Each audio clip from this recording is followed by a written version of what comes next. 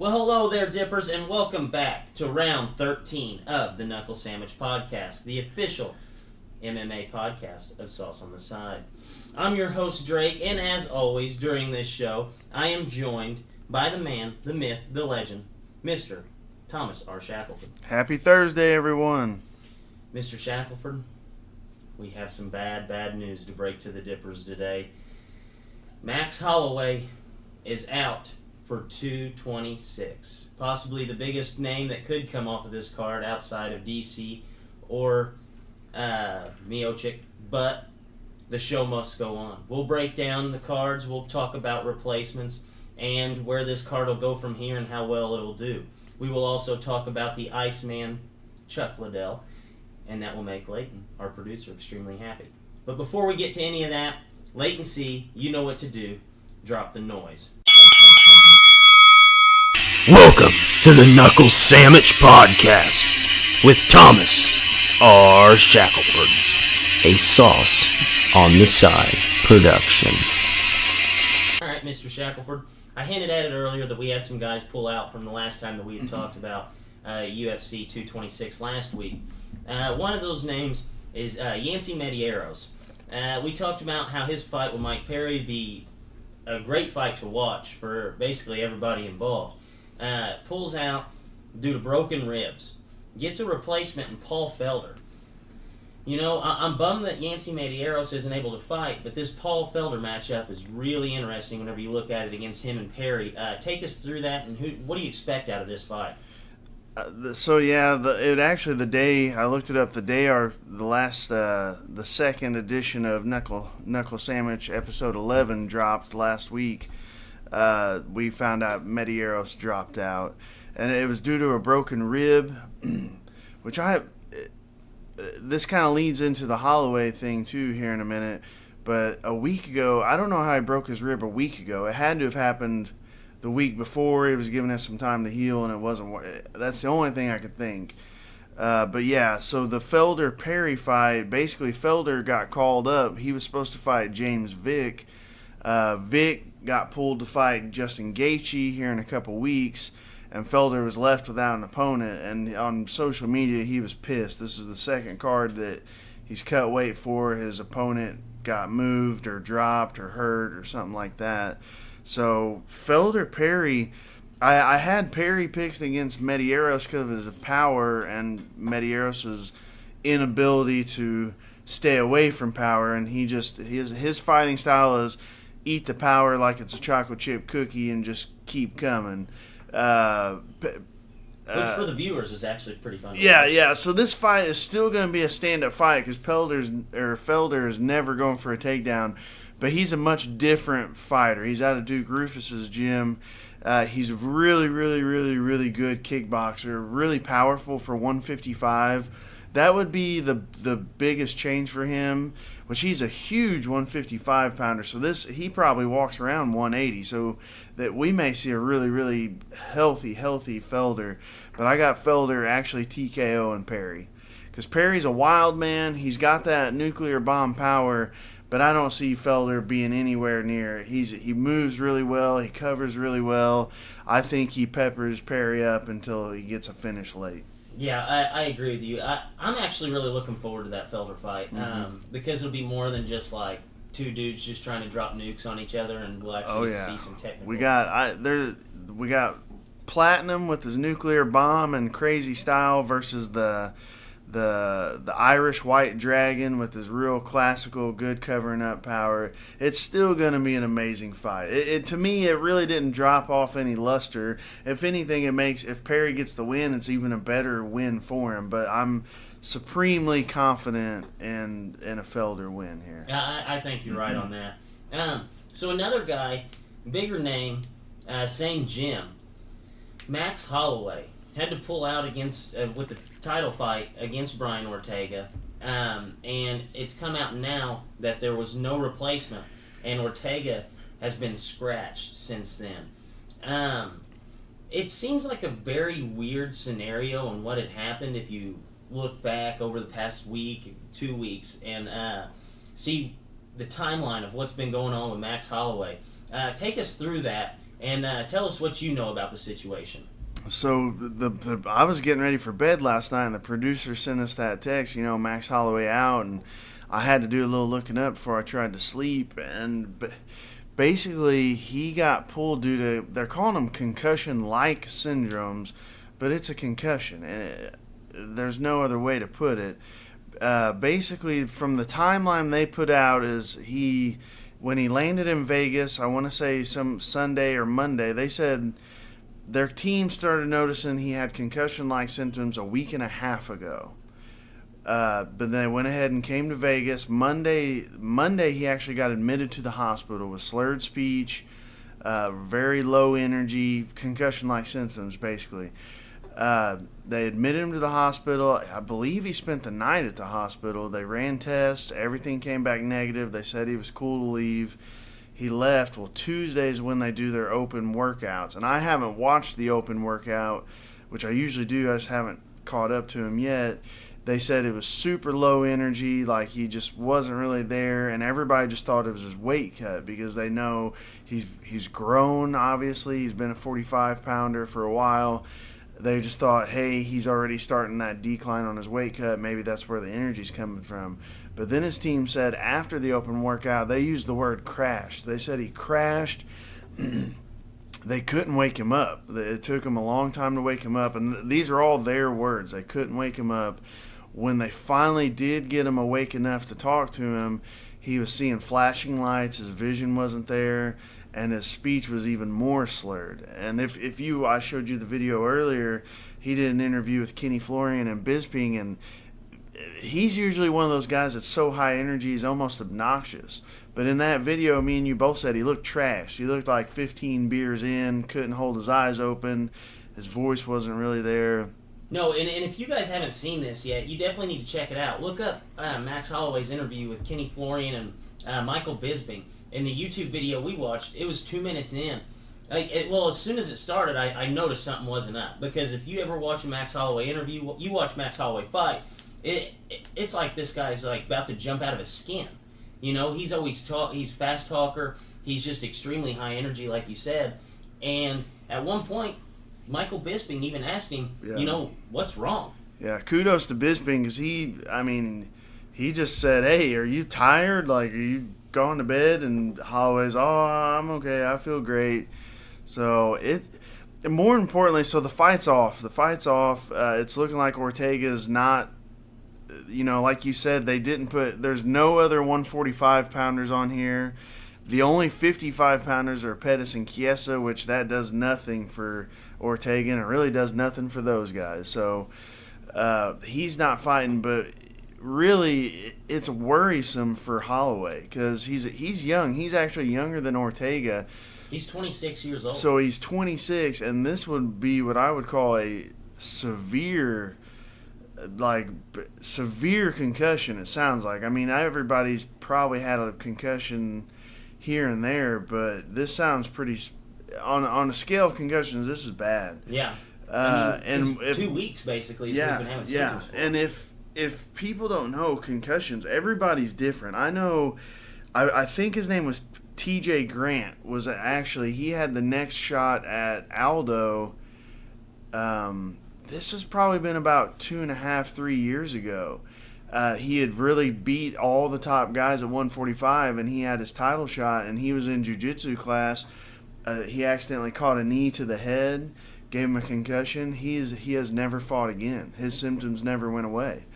So he basically lost out on a title fight, one that he probably would have been a super competitive fight, and he just was never able to compete again. And basically he just said, I love fighting. Of course I had this huge fight lined up, but in the end my health has got to be. Another guy, Chris Holdsworth, out of the Team Alpha Belt area, he was one of the dude, came off won the Ultimate Fighter, really easy, really high-touted prospect.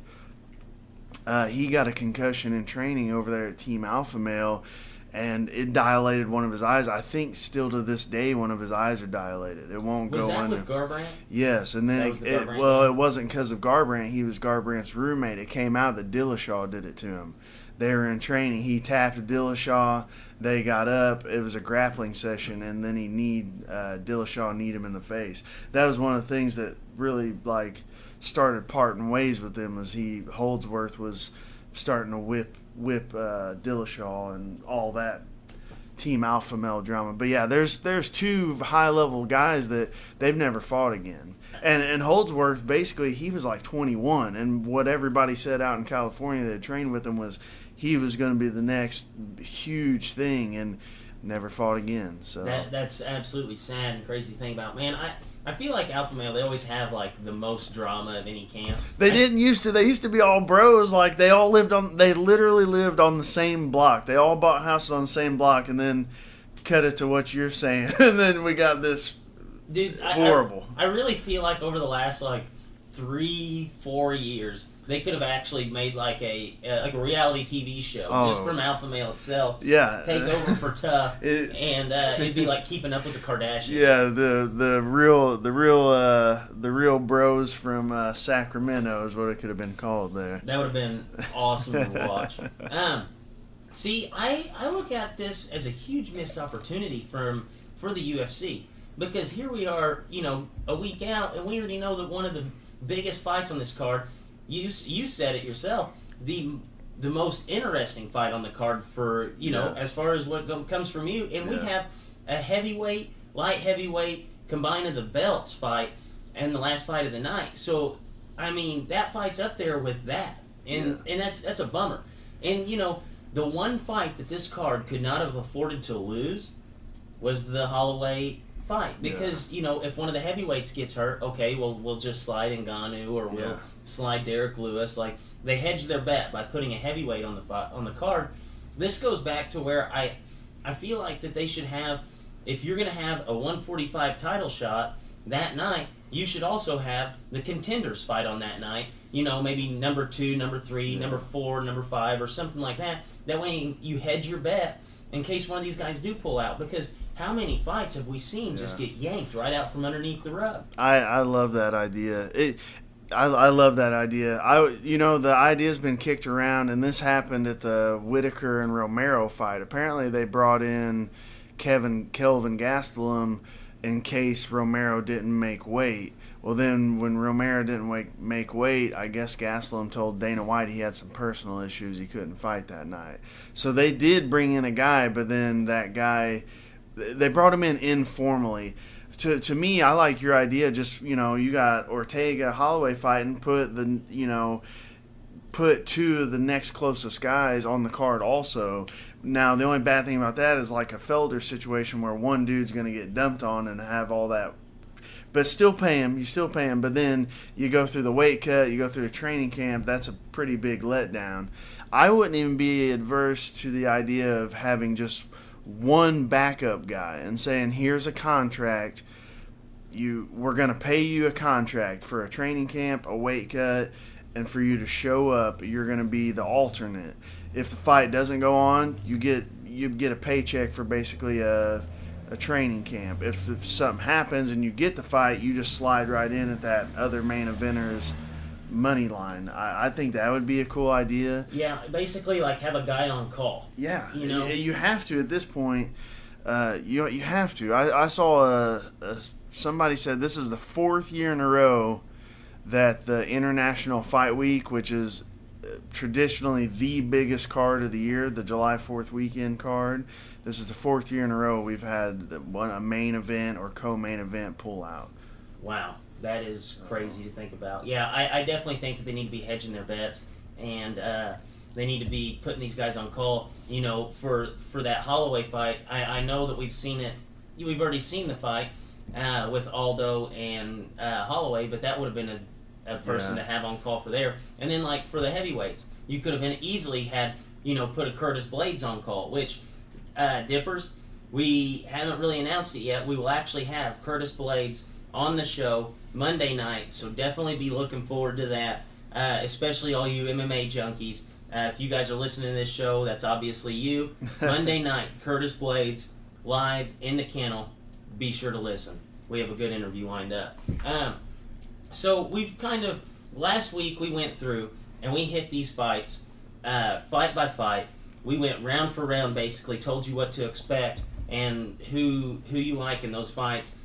Give us a recap, and what I'd like you to do is give us your 3 most confident winners for this week, and then give us a rundown of the rest of the card and who do you like in each one of those fights. All right, my 3 top confidence picks. I got Mike Chiesa getting a submission over Pettis, round 3. I got Paulo Costa, TKO, round 2 over Uriah Hall. And then finally, and this is a new one, Felder, TKO over Perry, round 3. Those are my locks. Those are, if you're trying to hit your parlay and all that jive, those are the dudes you need to make sure you have on there. As far as just breaking them down top to bottom, I got DC, TKO, round 2 or 3. I got Lewis, KO. We're going to do round 3. Then Gokhan Saki is going to KO Khalil Roundtree Jr. That one's probably going to be early, 1 or 2. Then I have Rob Font getting a decision over Rafael Sunsao, not Junior. And then Lando Venata picking up a TKO over Drakkar Close. I actually like almost every single one of those picks. Derek Lewis, if he picks up this win, that'd be phenomenal. I actually checked the odds on the Paul Felder fight, and this is one of the only fights that I've probably ever seen, at least to recent memory, where a fill-in is actually opened up as the favorite.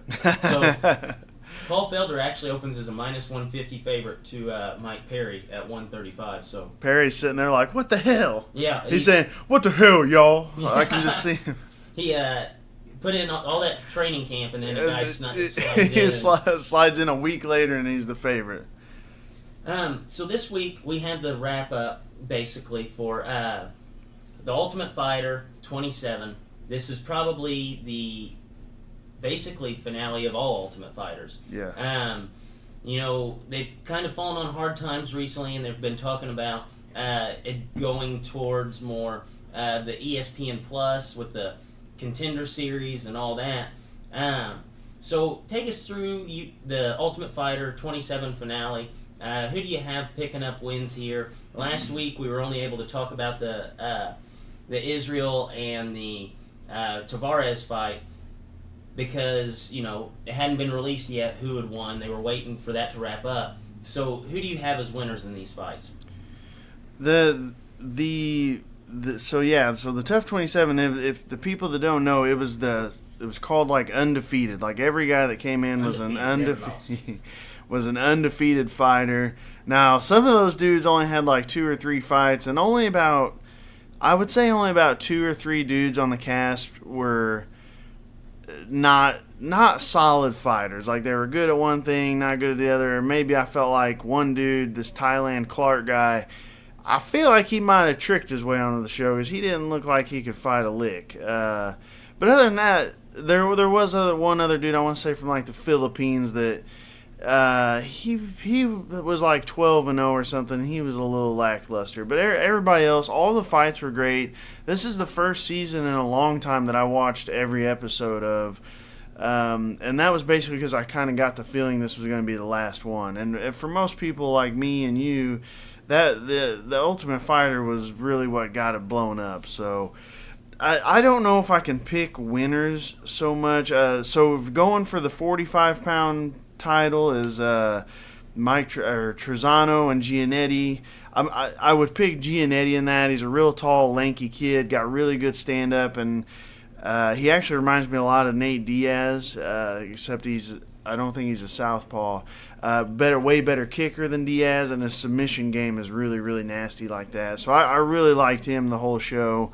At 55 pounds, you got a guy that actually lost earlier in the show, Jay Cucanelio, but due to injuries in the other fights, he got another chance and beat a really tough guy, and he's going to be fighting Brad Katona. I'm going to pick Katona in that one. Like I said, as far as names go, this season had some names. One in particular, Violent Bob Ross, which I shouted out a bunch on Twitter trying to get him to come on. He retweeted me a few times but never got back to me. He's actually out of the St. Louis area. The dude looks just like Bob Ross. It's hilarious, but he's a very good fighter. He didn't lose on the house. He broke his foot. He's on the card. Look for him. Tyler Diamond's a guy that lost in the semifinals. Really, really tough guy. Bryce Mitchell, Thug Nasty, little scraggly white kid. I don't know where he got Thug Nasty from. He actually was one of my favorites. He lost a real close fight to Katona. Those are all the dudes to look out for. Also, Bruce Leroy's fighting on the card. Roxy Matafredi, who is an Ultimate Fighter cast from the past, she's going to be on the card. It's a free card Friday night, headlined by Tavares and Adesanya. The biggest reason I would tell you to watch it is this is probably it for Tough 27. I mean, Dana White Contenders Series is hugely popular, and they're using the Tough Training Center for that. So they found a use that's popular for that training center. And like we said last week, out of shows that have ran consistent years, Tough's got to be getting up there. I mean, it's probably 16-ish years old at this point. So, but if you ain't doing nothing Friday night, click it on. You ain't gonna be disappointed. There's a ton of good fights on there, and this will be the tip of the cap send off for the Ultimate Fighter. Yeah, I agree with you on that. And the Violent Bob Ross thing, that is one of my favorite nicknames ever. You actually texted me, I think it was the opening night of this thing. You were like, dude, you need to check out Ultimate Fighter. There's a dude on here that looks just like Bob Ross. And then like an hour later, you texted me back and you said, holy shit, this guy's nickname is Violent Bob Ross. So it's definitely the most fitting nickname I've ever seen. And it's pretty funny. But I'm going to be tuned in. Kind of the swan song for the Ultimate Fighter. It's kind of a bummer to see it go, but hopefully, with the Contender Series, you'll get more fresh faces on there. So it might be a good thing. I think at this point that Contender Series format is better also, because I've watched the Contender Series since they've gone too. They do a good job with it. It's like a 2-hour show. It's on Fight Pass. But they'll do like a 2-minute clip of each fighter, and then bam, they're fighting. There's no lag time. And the Tough thing worked for a long time. Like, you got these dudes in the house, but that got a little stale. Well, now you still got a little bit of their backstory, and then bam, they're fighting right there in front of your eyes. So the way people have changed in 15, 16, 17 years. Used to, you didn't care to see Forrest Griffin train for 3 weeks before he got a fight. Now, you want to see a dude, you want to see his story, see a little training, bam, I want to see him fight. Brains have sped up so fast in that time period. The Contender Series is a better format, and like you put it perfectly, this will be the swan song for Tough. It's time. Time. So is it safe to say that millennial brains have killed Ultimate Fighter? I would say that's probably very true, I think I was like 21 or 22 whenever the first Ultimate Fighter came out, and I couldn't get enough of it, which then they only had like 5 cards a year, and they were never free. Like, you had to pay for them, which I worked seconds, so it was even worse. I had to go on SureDog.com and read their slow-ass play-by-play, and just pray that I got off a Saturday night so I could watch a fight. But so whenever it came on when it was on I think it was on TBS also that first season. When it was coming on TBS, I think I remember the next day I had to work at 6:30 in the morning, and they didn't air that show till like 1 at night. But I never went to bed before I watched that show, because I was just so blown away that there was a free MMA thing going on. So, yeah, 21-year-old Shackelford was pumped as hell to stay up till 1 a.m. to watch an hour of a show that no dudes fought on for the next, 2 weeks. Right. These millennials, man, I'm not one of those dudes that say that, but yeah, they ain't waiting around to see a dude fight. No. They're just like, okay, cool. His mom and dad died when he was young. All right, cool. Okay, now he's fighting. Let's go. Now he's fighting. That's what we want. No, yeah, and I think that's where it's headed. So, hopefully the Dana White Contender Series picks up. Hopefully it does really well. I'm really rooting for it, especially in a few weeks whenever we have a guest of the show, Garrett Gross, fighting. I'll be locked in on that. So this week we had some news that was about 12 years in the making now. Tito Ortiz and Chuck Liddell, we hinted at it, I would say a little over a month ago, and we had talked about how they were going to possibly have their third fight. Not a rubber match because Tito's lost both of them. There's not been a date set yet, but Golden Boy Productions, which is Oscar De La Hoya, he signed Tito Ortiz and Chuck Liddell to, I don't know the contract details, I know it's at least a one fight. Are you excited for this fight at all? I'm going to go with no. Me personally, no. I saw this fight twice, and I think it's going to go the same way. I don't know that you ever get over the fear of someone. And when you watch Chuck and Tito fight the first time, Tito was scared of him. And Chuck dropped bombs on him. And this, to me, I feel like if the UFC didn't get bought and it was still the Fertittas and Dana giving Chuck I heard up to like $400,000 a year just to do nothing, basically. I mean, they told him, hey, there was about 5 or 6 guys, they said, hey, you're paid for the rest of your life. And Chuck was one of them. Chuck was the biggest one of them. And then when they sold, that company came in and they fired a ton of people. Like, I think the UFC lost like 100 people, wow, including Chuck, including Matt Hughes, which even before Matt Hughes' accident, he was talking about taking another fight in Bellator. Thank God that didn't happen. Thank God he's better after his accident. But had everything not changed, I don't think we'd be looking at Chuck fighting. I think he was friends with Dana up until a point, because even I watched an interview where Dana said, like, hey, I don't like it. He won't fight in the UFC. I hope he doesn't do it. And then Chuck somebody read that to Chuck, and Chuck was like, you know what? All I can say to Dana is forget about me. You promised me something for the rest of my life. It's not there. Just leave me alone. I'm doing my thing. So to me, it looks like a money grab for Chuck, who I don't think's hurting for money, but I mean, maybe he needs more. If you had $400,000, get swept right out from underneath your feet from every year. Yeah, that's true. And he, by training, he's an accountant. That's what he went to college for. He's a CPA. So, I mean, could you imagine walking in there? You have never met your accountant just from emails, and you walk in there, it's like the guy who's in charge of my finances. You walk in there, and it's a dude with a mohawk and a head tattoo. Hi, I'm Chuck. Nice to meet you. I feel like the guy never, like, whenever you're walking in there to meet your accountant, you've been emailing this guy who's like, his name is like Iceman. Like, that's Charles Liddell. That's all you. Oh, I go to Charles Liddell, and you walk in. And it's a dude with a mohawk and a head tat. That would be probably the most scary experience you've ever had in your life. Surely he's not a practicing CPA. It would blow me away if he was a practicing CPA. So as far as Tito goes, I don't see any downside for him. I mean, it's gonna sell. They'll make a ton of money. I guarantee De La Hoya does a good job with it. We haven't seen what else is on the card, so I don't know if it'll be boxing and MMA, but he's going to bring that boxing people with him, so I bet it'll sell well. Tito, from what I understand, Tito's done really, really well for himself. He's got a bunch of other businesses. It's not a cash grab for him. I honest to God think Tito, he's been competitive. He's still competitive. He's still a gorilla.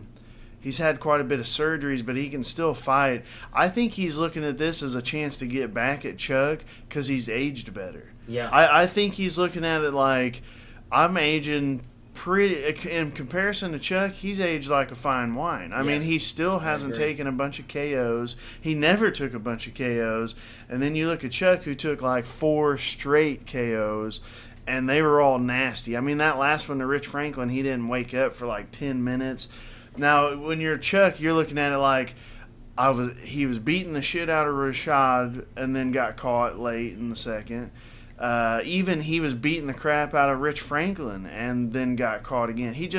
his fighting skills never diminished. He was still smashing dudes until they touched him on the chin and he went out like a light switch. So Chuck, I feel like it's a money grab, and he probably still does want to fight. Like I bet you the desire never went away. I don't think he's lying there, but I think it's a little bit of a money grab for him. And Tito's just an opportunist. This is an opportunity to beat up the dude that bullied you 15 years ago because you've aged better. You lived a better life. So no, I agree. The thing that drives me the craziest about this fight is that who's putting it on, and it's Oscar De La Hoya, and if you guys don't really know any backstory with him, like amongst the MMA fans, like he was the guy that was like first on the camp of hating the fact that Floyd Mayweather and Conor McGregor were going to be fighting, saying how they just didn't belong in the same arena, how this was just a total, basically a bullshit fight, and he hated it, said it was all about the money. Well, now you come to this, where you're taking two guys who haven't fought each other in 12 years, who Tito, I think, has had like 3 or 4 fights since then, like recent. Yeah. I think he's had 3 fights recently, kind of. I mean, he really hasn't stopped. He hasn't stopped. And Chuck hasn't fought in a very, very long time. So, if anything, this just looks to me very similar to what they did with Floyd and Conor. Where it's just, hey, let's get 2 big names, let's throw them out there and let them scrap it out. It might not be the best thing to watch if you're looking for a technical perspective, and this is the exact same thing, but it's just 2 MMA fighters. The fight game, the fight business is ruthless. From top to bottom, I know I've told you my funny. I've never told the Dippers. Maybe someday we'll have a light day that I could tell it. But I mean, from amateur to the highest level, it's ruthless. I mean, we've talked about it. I got thrown in a kickboxing fight at 0-0 against a dude. When they called his name, he was like 15-0. So that happens all the way through. You brought up De La Hoya, the McGregor Mayweather thing. Guess who they were trying? Guess who? So Golden Boy Promotions has Canelo Alvarez, one of the biggest names right now. De La Hoya was so pissed because he tried getting Conor to fight Canelo. But then when they didn't take that, Conor wanted the best guy, Mayweather. He went over to Showtime. That's what pissed Oscar off. Oscar, he was trying to get Conor to fight? Yes. I did not De know La that. Hoya was trying to get him to fight his boy Canelo. And Conor knew that wouldn't be as big a fight as Pretty Boy Floyd. So that's why he went after Floyd. He took his ball and went home. Yeah, so that's why De La Hoya was so pissed, was because he wasn't making $100 bajillion off of Conor's name. So then that's why Dana White and him, De La Hoya, had some back and forth. And you are absolutely right. Even without knowing that, I felt like you were right on. This is a big FU to Dana White and those guys. So really, if you think about it, what's the guy that you could get to fight that would piss Dana White off the most? Chuck Liddell. Yeah. Oh, yeah. Chuck and Dana were like best friends. Now the money, you could even say the same thing for Tito Ortiz. Exactly. Because him and Tito wanted to and you fight know each what? other. It wouldn't strike me as odd if Tito may have went to De La Hoya and was like, hey, I can poke and prod Chuck enough to get him to fight if you sign it. That's going to piss off Dana. That's going to hurt UFC numbers. Because like I said again, I don't like it, but this sumbitch is going to sell. Yeah. Hell, Leighton may even drop money on it. We may have to come over here and give Leighton a 10 spot so he don't go bankrupt on his cable bill for this one. The fight game is ruthless, man. Those promoters, and usually the promoters that were boxers in the past do a little better job. But man, De La Hoya, this is going straight for the jugular for him. So Yeah, I this is a agree. dude that hates MMA. They're trash.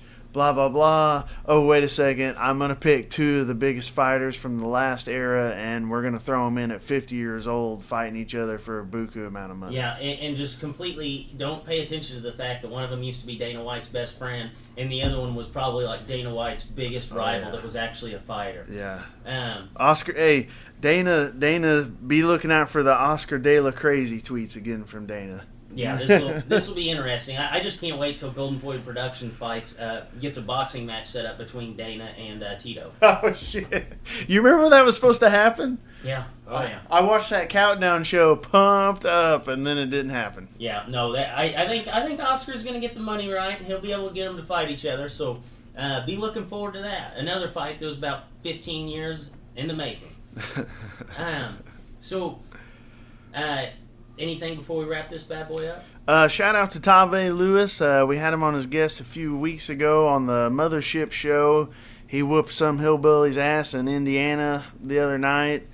I think it was rear naked choke, first round, just made it look really easy. The card actually got a lot of national attention because of the headliner, Travis Fulton. I don't know if you remember him. Yeah, oh yeah. Pioneer of MMA, got like 500 MMA fights. He won in a very weird fashion in the main event. Checked that basically the dude hit him, dropped him, was pounding him out, and the ref wouldn't stop it. And that dude, I guess, looked up to Fulton a lot, so at some point he just stopped punching him, tapped the ground, and walked out of the cage. And basically he just said, hey, I can't beat the shit out of my hero, and the ref not stop it. So Fulton retired.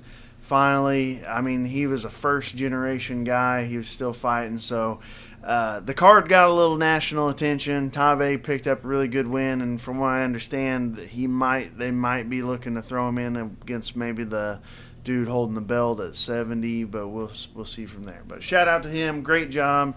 The saucy pod streak for MMA guys is really looking well. It's been killing it so far. Now we're just waiting for Garrett Gross to pick up his win. And I think the Saucy Pod will run the table. And that's July 31st on the Contender Series. So, Dippers, make sure if you see Tave Lewis out there, make sure you give him a big congratulations. Shout him out on Twitter. And, guys, enjoy the fights this weekend. For Drake, for Mr. Shackelford, Dippers, as always, stay saucy.